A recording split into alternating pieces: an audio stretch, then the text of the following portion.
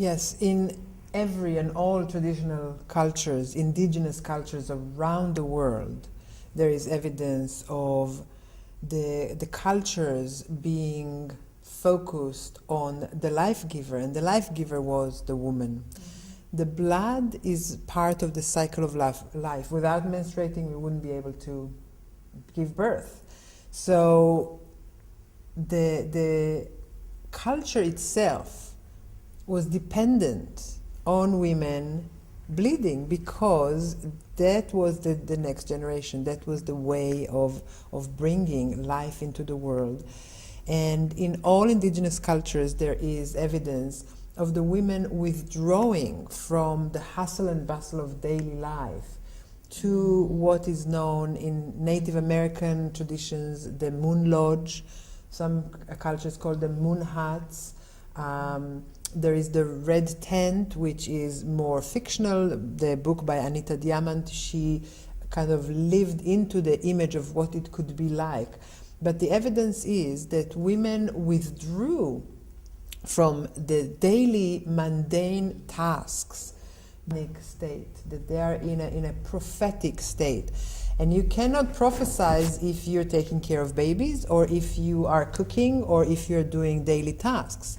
So the women withdrew into their moon lodges, the moon huts, where they could be with each other, where they could rest, where they could take care of their physical body and renew themselves, and where they could dream prophecies for the tribe. So in, for example, in Native American moon lodges, the women were sleeping around the altar in the moon lodge, with their heads around the altar and their bodies out like the spokes of the wheel. And people would come and bring questions about their personal life, and questions that the elders would bring about how to conduct the life of the tribe, including whether or not to go to war.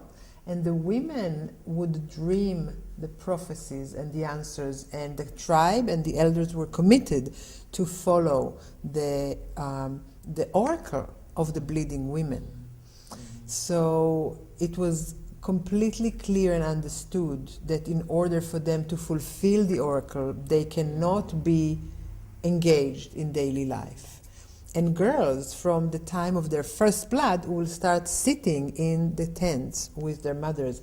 So that's another thing which is striking to me about the red tent or the moon lodge, is that it was a multi-generational circle. Usually, you know, the kids are with themselves and the elders have their own circles, but this was the one place in the tribe where girls, from the time that they started, it could be 11, 12, 13, all the way to women in their 50s, when they finish bleeding, they were all peers again. So there is no hierarchy there, because they're all there as peers, as bleeding girls and women, and in that they're equal. Yeah. They share that.